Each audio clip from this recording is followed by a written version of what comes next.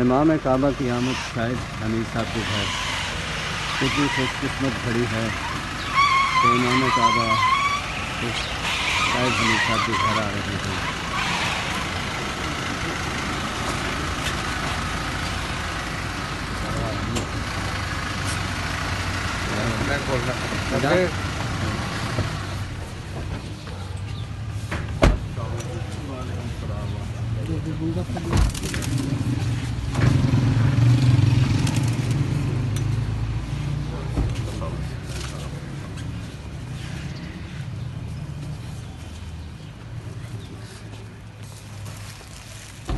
Thank you.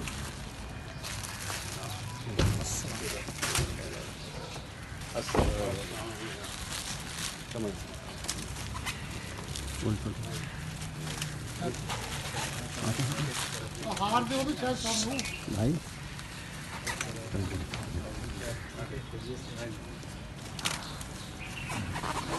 ایک minute ادھر سے ادھر لے کے چلنا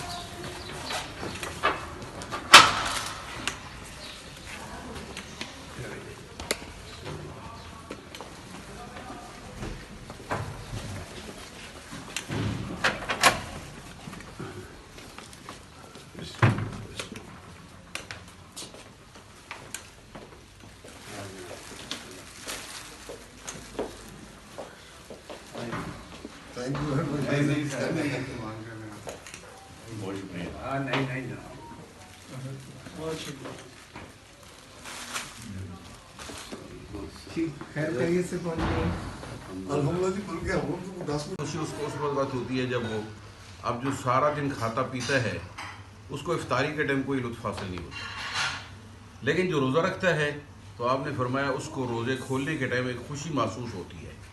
فرحت عند فطرہ و فرحت عند لقاء ربہ. موت کے ٹائم مشقت ہوتی ہے، مشکل ہوتی ہے تو اللہ تعالیٰ اس وقت اس کو آسانی فرما دیتے ہیں، اس کو خوشی محسوس ہوتی ہے. اسی لیے ہم نے کافی مرتبہ دیکھا ہے کوئی آدمی فوت ہوتے تو اس کا چہرہ مسکراتا ہوا نظر آتا ہے تو اس کو خوشی محسوس ہوتی ہے. تو اللہ تعالیٰ اس کے لیے موت کو تحفہ بنا دیتے ہیں، کوئی مشکل نہیں ہوتی. تو اللہ تعالیٰ ہم سب کو خوشیاں نصیب فرمائے. اور آپ صلی اللہ علیہ وسلم نے یہ بھی فرمایا جنت کے جتنے دروازے ہیں ایک اسپیشل دروازہ جس کا نام ہے باب الریان، وہ صرف روزے داروں کے لیے ہے. اور آپ نے فرمایا اللہ تعالیٰ فرماتے ہیں ہر نیکی کے عمل کی جزا موجود ہے، لیکن جو روزے دار کی جزا ہے انا اجزی بھی، میری مرضی میں جو عطا کروں وہ اسپیشل چیز ہے، وہ اسپیشل اللہ تعالیٰ گفٹ عطا فرمائیں گے. تو اس کے لیے کیونکہ جتنی بھی نیکیاں نظر آتی ہیں روزہ نظر نہیں آتا، اسی لیے اللہ تعالیٰ نے اس کے لیے جو نعمتیں ہیں کچھ خفیہ بھی رکھی ہوئی ہیں. اور آپ نے فرمایا جو روزے دار کے منہ سے کبھی کبھی بھوک کی وجہ سے سمائل آتی ہے اللہ تعالیٰ کے ہاں مسک خوشبو سے زیادہ بہتر ہے جو اس کے خالی پیٹ کی وجہ سے آتی ہے. تو اللہ تعالیٰ برکتیں نصیب فرمائے. جی ہمارے جتنے دوست احباب شامل ہیں اللہ تعالیٰ ان کو برکتیں نصیب فرمائے جنہوں نے ہماری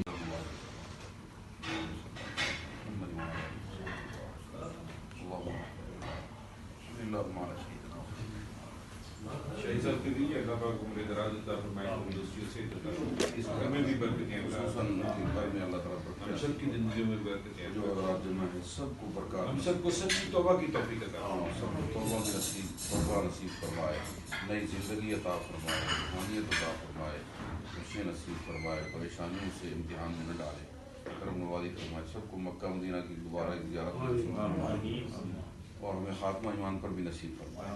اور بڑوں جو والدین دنیا سے چلے گئے ان کے لیے ہمیں مغفرت کا سبب بنا، ان کو ہم اصال ثواب پہنچاتے رہیں، کرم نوازی فرما دے. ہمارے پاس الفاظ بھی نہیں، وہ اپنے کرم سے کرم نوازی فرما.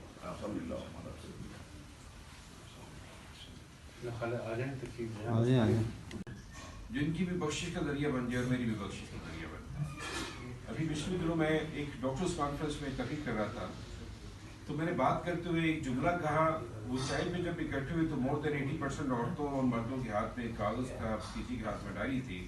انہوں نے کہا سر وہ جو آپ نے جملہ کہا تھا وہ ذرا ریپیٹ کر دیں، ہمیں لکھوا دیں.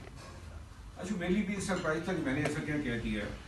تو جب میں نے جب غور کیا تو مجھے سمجھ آئی کہ ایک مشکل سی بات میں نے آسان سے لہجے میں بیان کی ہے اور اتنی آسانی سے ان سب لوگوں کو سمجھ میں آ گئی. بیسیکلی جب انسان خود نہیں سمجھنا چاہ رہا ہوتا ہے نا سر، پھر قیمتی سے قیمتی بات بھی اسے فائدہ نہیں دے گی، اور جب خود سمجھنا چاہ رہا ہوتا ہے پھر ایک چھوٹی سی بات بھی اس کی زندگی بدلنے کے لیے کافی ہوتی ہے. تو میں نے بات کرتے ہوئے کہا، میں نے کہا صاحبوں پہلے تو جینا بہت مشکل تھا، اب تو مرنا بھی آسان نہیں رہا. تدفین پر بھی اچھا خاصا خرچ ہوتا ہے، ہم تو محض تدفین کا خرچ بچانے کے لیے جیے چلے جا رہے ہیں. وہ جملہ جو مجھ سے لکھوایا گیا، میں نے کہا خواتین و حضرات، ایک دھوکہ جس میں ہم تمام زندگی مبتلا رہتے ہیں، حتیٰ کہ ہمارا آخری لمحہ بھی آنکھ پہنچتا ہے، ہم اس دھوکے سے نہیں نکل پاتے ہیں. وہ دھوکہ یہ ہے کہ ہم یہ نہیں سمجھتے کہ ہم کبھی نہیں مریں گے، یہ نہیں سمجھتے کہ ہم کبھی نہیں مریں گے، ہم یہ سمجھتے رہتے ہیں کہ ابھی نہیں مریں گے. کچھ سینٹینس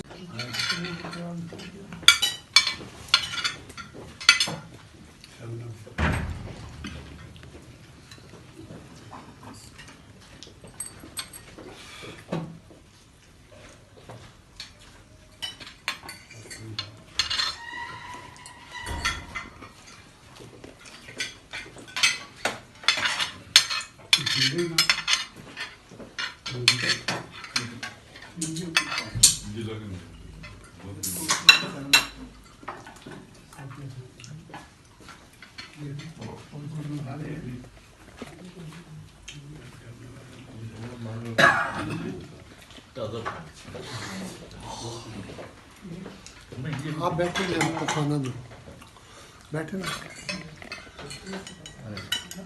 کھانا